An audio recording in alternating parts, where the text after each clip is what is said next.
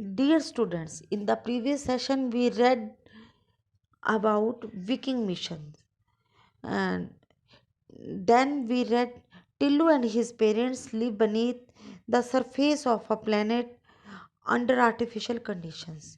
Tillu has heard and read about the sun and the stars. He has never seen them. Tillu's father goes to work through a secret passage, and Tillu wants to know all about it. So Tillu managed to get hold of his father's security card. Then, evading his mother's eyes, Tillu made his way to the forbidden passage. Let us start its second part. Open your books at page number 67. Tillu had underestimated the security arrangement. Tillu ने जो सुरक्षात्मक प्रबंधन था उसके बारे में ज़्यादा विचार नहीं किया था. उसने उसको बहुत हल्के में ले लिया था कि ये बहुत ही सख्त नहीं होंगे.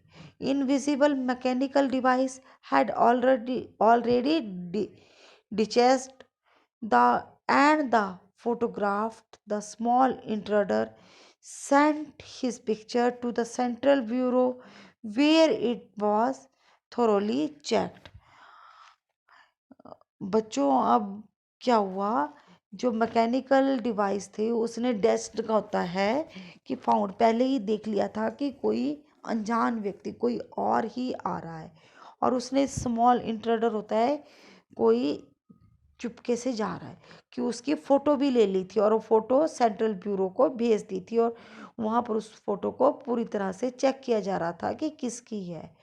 All before he had advanced 10 paces, a strong hand fell heavily on his shoulder. अभी वो 10 कदम भी आगे नहीं चला था, मुश्किल से सुरक्षा कर्मियों ने उसे एक का हाथ उसके कंधे पर था, उसको पकड़ लिया. Gently but firmly, he was escorted by the security staff back home to an anxious and angry mother. और जो सुरक्षा दल था उन्होंने उसको पकड़कर उसको घर भेज दिया, और वहाँ पर उसको अपनी माँ का गुस्सा झेलना पड़ा.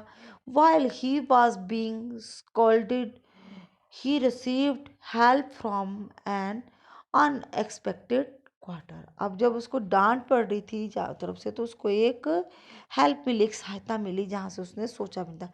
Late me explain to him darling, said his father who just got up. और जो उसके पिताजी उसी समय उठे थे, उन्होंने कहा कि मैं इसको समझाता हूँ, मैं इसको ध्यान बताता हूँ सारा कि क्या बात है. If he is probably briefed, he will not do such a thing again. अगर मैं उसको सही ढंग से समझाऊंगा तो वो ऐसा काम दोबारा से नहीं करेगा. ही स्टार्टेड टू एक्सप्लेन, वो उसे समझाने लगे. Listen Tillu, I work on a surface where an ordinary person cannot survive because the air is too thin to breathe, and where the temperature is so low that you would freeze to death.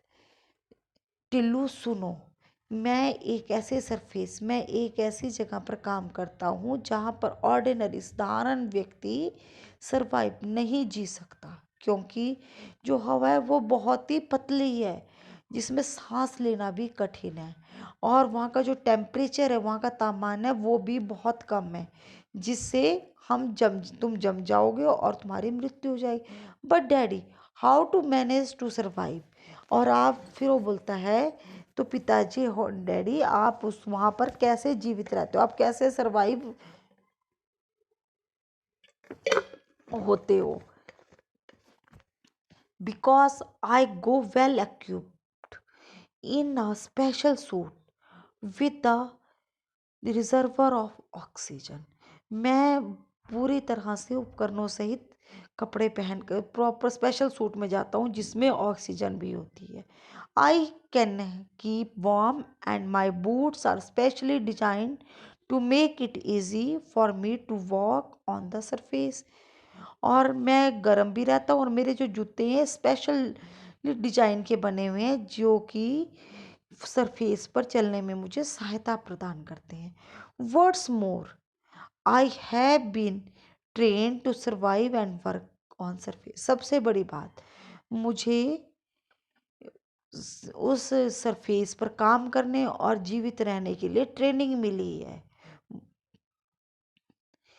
कि वहाँ पर कैसे जीवित रहना है। There was a time when our forefathers lived on the surface quite naturally. अब वो बता रहे हैं टिल्लू के पिताजी कि एक समय था जब उनके पूर्वज सतह पर रहते थे और आराम से मतलब नेचुरल तरीके से रहते हैं। Indeed they did so for millions of years. और ये बहुत मिलियंस सैकड़ों साल पुरानी बात है। बट टाइम चेंज्ड, पर अब समय बदल गया है। The very sun which had provide us with sustenance turned hostile. It changed only slightly, but the change was sufficient to balance of nature on this planet. अब उस समय सूर्य हमें बहुत मतलब उस समय रोशनी मतलब गर्मी सब कुछ देता था, पर अब समय बदल गया है। अब वो इससे स्लाइटली अब चेंज आ गया है। अब वो उतना ही देता है कि जिससे इसमें प्लेनेट पर नेचर ही वो कुदरत ही मतलब वो पेड़ पौधे ही हो सके। First the birds became extinct. सबसे पहले जो पक्षी थे वो लुप्त हुए, वो चले गए। द एनिमल फॉलोड, उसके बाद जानवर भी चले गए। The fish couldn't bear it any more either, और उसके बाद मछलियाँ भी वहाँ ख़त्म हो गई। We manage to survive only because of our superior technology, but we have forced to live underground under artificial condition. हम सिर्फ अपनी जो साइंटिफिक जो वैज्ञानिक टेक्नोलॉजी है वैज्ञानिक शिक्षा है इससे ही जीवित है, परंतु हम भी आर्टिफिशियल कंडीशंस, हम भी जो जीवित हैं आर्टिफिशियल कंडीशंस में ही जमीन के नीचे जीवित है। हम भी मतलब उसके ऊपर कृत्रिम परिस्थितियों में ही जीवित रह सक रहे हैं। Thanks to solar energy we can generate sufficient power to make our life comfortable. और सोलर एनर्जी होती है बच्चों सौर ऊर्जा। ये हम इसके धन्यवादी हैं जो कि हमें मतलब इससे जो हम जनरेट हम पावर बिजली पैदा करते हैं इससे, और इससे हमारी ज़िंदगी आरामदायक बनती है। But the machines which make this possible must always be in surface. I belong to the team whose responsibility it is to keep watch on them and to service them। अब ये सब कैसे हो रहा है कि जो हमारी जो मशीनें हैं ये सब की सब कहाँ पर है, ये सारी की सारी मशीनें हमारी सरफेस पर है, सतह पे है। और जो मैं उस टीम का हिस्सा हूँ जिसकी रिस्पॉन्सिबिलिटी है कि इनकी देखभाल करे और इनको ठीक करने इनके सर्विस देता रहे कि अगर कोई ख़राब है तो इन्हें ठीक कर सके। Daddy can I join the team when I grow up. क्या मैं आपकी टीम का हिस्सा बन सकता हूँ जब मैं बड़ा हो जाऊँगा? Of course if you want to, said his father. उसके पिताजी ने कहा हाँ अगर तुम चाहोगे, but for that you must be a good boy and do as your parents tell you. His mother had as usual the last word. अब उसकी माँ आखिर में क्या बोलती है कि अगर तुम अच्छे बच्चे हो तो अपने माता पिता की बात मानना, तभी तुम मतलब कुछ अच्छा बन पाओगे। Thank you students.